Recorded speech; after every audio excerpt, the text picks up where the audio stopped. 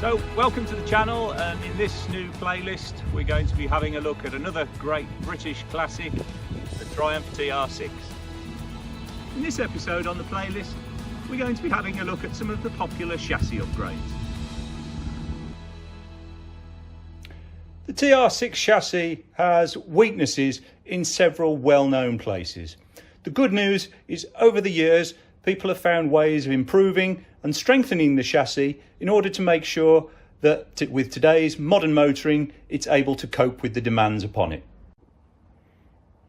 Let's take a look then at some of these popular fixes so that you can see what work might be needed to your car, but also to look for those with any potential purchase so that it's work you no longer have to do.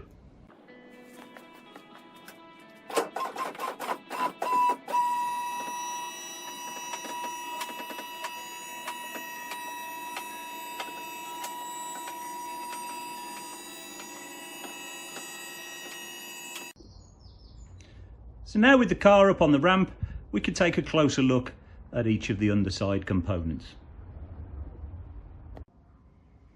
So first up is the lower wishbone mounting area. This area here can be prone to failure and cracking due to the lack of strength and the forces going through it from the front suspension. The good news is by welding on two small plates, what we can do is strengthen up this area. So you can see this plate welded in here that comes down and goes off the chassis, and on the other side of the leg you have a similar plate here. What this does is provide more strength to this lower wishbone area with the demands of modern roads. Next area for chassis strengthening is around the differential. It's quite difficult to see on this, so we're going to have a look at a chassis in a bit more detail. So this chassis is not being fitted to a car yet, and now you can see the front wishbone mounts in more detail and how you can weld those across the top, along here and down onto the chassis in order to provide that extra support. Also in this area, if I come round onto this chassis, you can see the front steering rack mount strengthening. We've gone off the top of the front lower wishbone mount here and provided some extra support here for this mounting, as the lower part of this mounting can be prone to crack with the loads going through it from the steering rack here. This is just a small plate providing extra support and could be welded on across here. On the rear of this chassis we can see several additional strengthening modifications. These inlets have been fabricated and welded on to provide additional support to the suspension mounting, the T-bar, and also we have one at the front here to provide additional support at the front. This extra mounting at the top here is to take the load of the bodywork.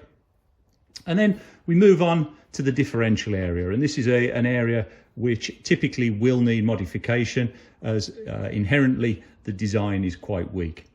This has had additional support bars mounted across the top here, but the main area that goes is where we have these four differential mounting pins.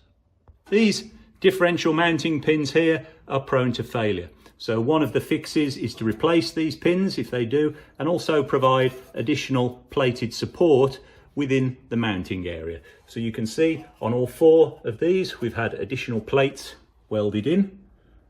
So here you can see additional side plates welding in it, giving considerably more strength into this area. And the benefit of that plate as well is it stops any moisture or contamination getting in and potentially rotting the pin in future, especially if you use underbody protection in order to give it better corrosion protection. So overall, this chassis has undergone significant improvement, and one day, if it ever gets fitted to a car, will make a great underbody support. Now, before we move off the topic of the chassis, just time to have a look at two other popular TR6 improvements. First of all, solid steering rack mounts, and then also the emergency quick release for the bonnet.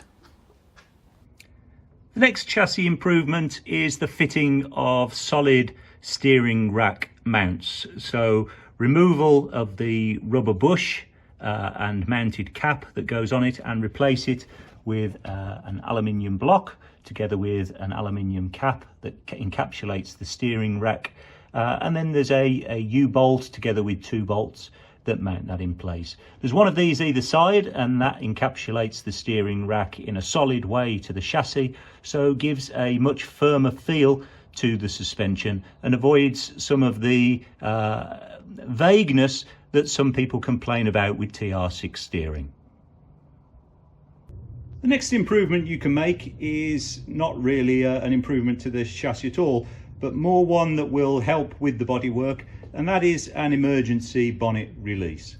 So the standard bonnet release comes around here and is a cable, and is inherently flawed because if the cable frays or it snaps or it pulls through this little connector, what that means is that the bonnet cannot be actuated, so as a result it's stuck in place. That can then be a real challenge to get something into here to be able to open the bonnet and open it. And worst case, you're going to damage or bend the hood to be able to do that. So one of the things that many TR6 owners fit is an emergency bonnet release. If it hasn't got one, highly recommended for the £10 or $20 that it'll cost to do it. And that is a single pivot bolt here, and then a small bracket which actuates off this part of the lever mechanism here. This rod goes through and a hole is drilled down into the bulkhead, so it goes down into the driver's compartment, and as that is pulled, that pulls back on the mechanism and opens the bonnet. It's classed as an emergency bonnet release, but actually after having it for a while you end up using this more than the standard bonnet release, as it's so much easier from the driver's side of the car. So hopefully that's given you some ideas as to how you can improve your chassis on your TR6 to ensure that it can last the distance and take the rigours of modern motoring. Once again, thank you for watching. If you've enjoyed the video, please do subscribe, please do like the video, please do comment. Love reading the comments and replying and getting involved with you all. Until next time.